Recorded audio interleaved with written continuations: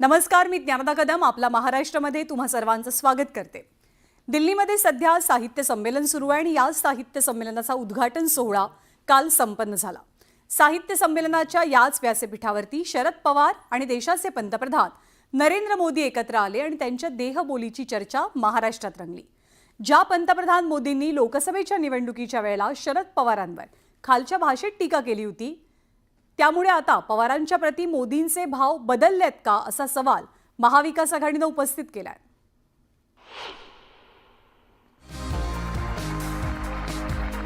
व्यासपीठ होतं मराठी साहित्य संमेलनाचं। सभागृहात गर्दी होती साहित्यप्रेमींची, पण लक्ष वेधलं ते मंचावरच्या दोन दिग्गज नेत्यांनी।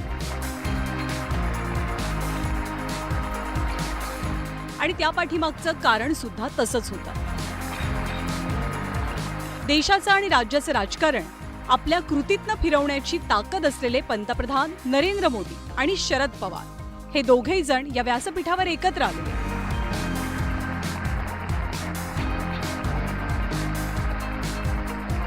या दोन नेत्यांमधल्या आदरयुक्त आणि अदबशीर कृतीची महाराष्ट्रासह देशभरात चर्चा झाली नसती तरच नवल।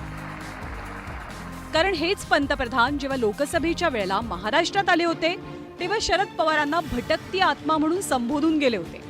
जिनकी इच्छाएं पूरी नहीं होती, जिनके सपने अधूरे रह जाते हैं, वो आत्माएं भटकती रहती है।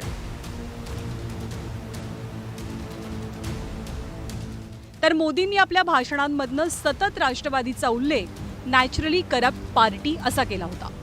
पवारांच्या राष्ट्रवादीत फूट पाडण्याचं खापर सुद्धा भाजपवरतीच फोडलं गेलं। पण आता त्याच पंतप्रधानांनी शरद पवारांप्रती दर्शवलेला आदर अनेकांना अचंबित करून गेलाय आणि अगदी हाच धागा पकडत संजय राऊतांनी मोदींवर निशाणा साधला। मला असं वाटलं की मोदी बसणार नाहीत त्यांच्या बाजूला, भटकत्या आत्म्याच्या बाजूला प्रधानमंत्री कसे काय बसतील, त्याला कसं काय पीएमओने बसू दिलं? भटकती आत्मा आहे ना, तुम्ही जे म्हणताय आदर सन्मान मान, हा एक व्यापार आणि ढोंग असतो तेवढ्यापुरता। शरद पवारांचा कष्टातून उभा केलेला पक्ष मोदींनीच फोडला ना, तो कसला आदर सन्मान मान? शरद पवार असोत किंवा नरेंद्र मोदी, दोघेही राजकारणातले धुरंधर नेते। दोघे जेव्हा जेव्हा एकत्र येतात तेव्हा स्पॉटलाइट घेऊन जातात। राजकारणातला मुरब्बीपणा या दोघांच्याही ठाई ठाई दिसतो।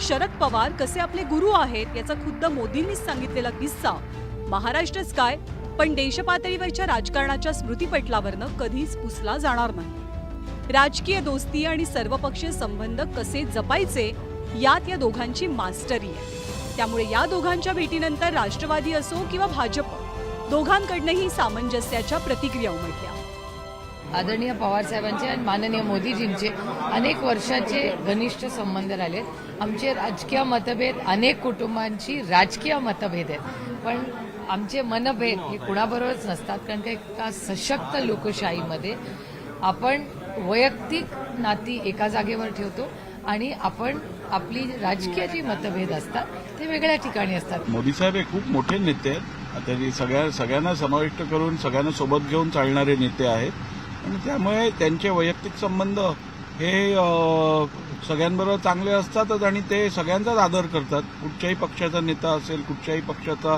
कार्यकर्ता असेल, प्रधानमंत्री म्हणून ते सगळ्यांचाच आदर करतात।